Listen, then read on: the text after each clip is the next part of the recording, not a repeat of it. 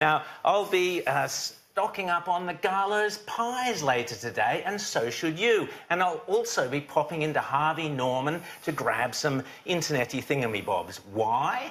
Well, Garlo's have some terrific pies: chili beef, pepper beef, lamb and rosemary, yum. So partly, the one way we can all help the meat industry, who are now under constant attack from the climate change cult of virtue-signalling vegans, and of course Harvey Norman sell lots of things that run on electricity, so it's also a good way of supporting our coal industry. But that's only part of the reason. Just as importantly, both Garlo's Pies and Harvey Norman have said they will stick with Alan Jones and keep advertising on his radio show. So please, join me over the next few days in stocking up on the Garlo's Pies, and join me in buying lots of stuff from Harvey Norman. Sean Garlick of Garlo's Pies says if they've got an issue with Alan Jones and 2GB, they should be taking that up with Alan Jones and 2GB. It's a bit of a stretch to say that just because we advertise, we support the views of any particular broadcaster. Quite right. Likewise, Jerry Harvey has hit out at those companies who have deserted Alan Jones, saying they think, oh, here's an opportunity for us to make a statement on it as if we're really nice people. But Jerry Harvey says to do so is fundamentally wrong, and these companies need to be called out. And he's right. By all means, criticise Jones and his show if you want to. Switch it off if you don't like it. But bullying and harassing the advertisers is sick, and it is sinister. If these campaigns succeed, we will be living in a world dominated not by the rule of fair play and the free exchange of ideas in an open, democratic marketplace, but by the rule of the angry, online, judgmental lynch mob. And that is a terrifying prospect. Don't think they'll stop at Alan Jones or anybody else. Jones's sock and backhander comments were at worst clumsily phrased by Alan, for which he later apologised. And I thought we lived in a society based on forgiveness.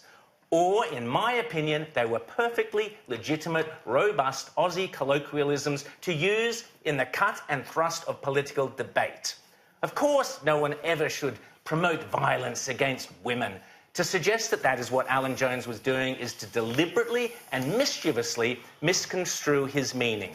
And where were these superior moral beings when Paul Keating was threatening to do his opponent slowly, or calling for a Conservative MP to be put down like an old dog? And where were the feminists when a female left-wing MP shouted in Parliament at her heavily pregnant Conservative opponent that she would be giving birth to a demon?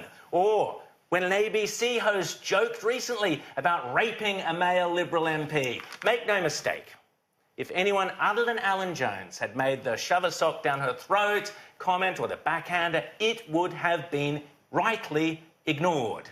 But the left loathe Alan Jones because he is, much like Donald Trump, a wealthy and successful man who genuinely understands the fears and problems of not only the poor and vulnerable in our society, those he once accurately termed as Struggle Street, but just as importantly, he understands the aspirations, hopes, dreams and concerns of the vast swathe of hard-working, tax-paying, small business, family-orientated, often religious people that make up the great bulk of Middle Australia.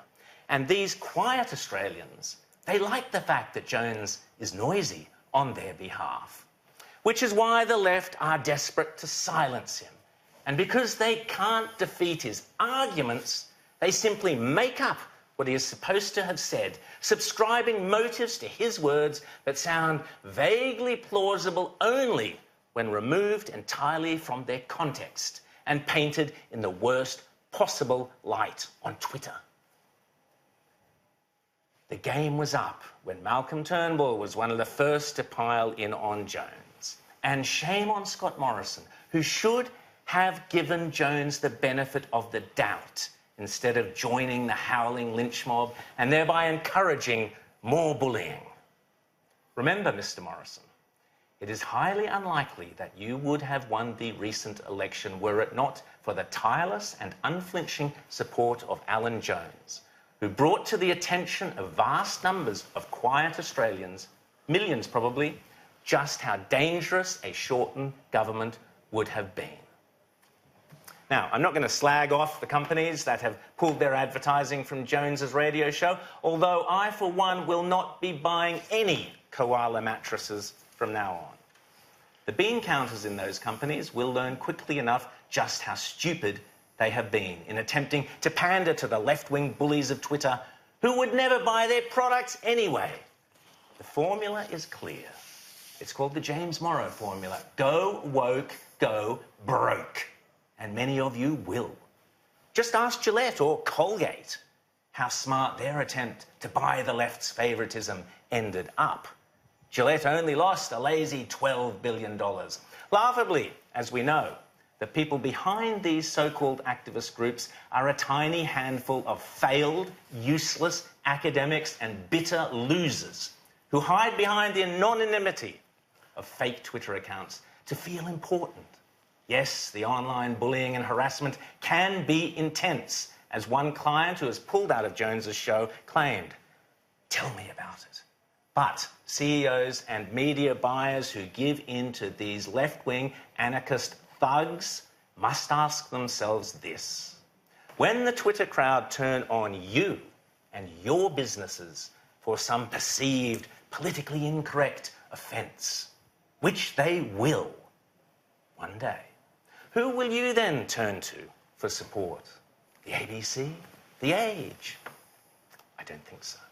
So, let's reward those advertisers who have stuck with Alan Jones, and indeed all those advertisers who advertise on Outsiders and on Sky News. We thank you, and we know that our viewers thank you too. And as always, I urge our viewers to buy the products from our advertisers to show your support. As for me, I'm looking forward to that pepper beef Garlow's pie at lunchtime. Might even make it 2.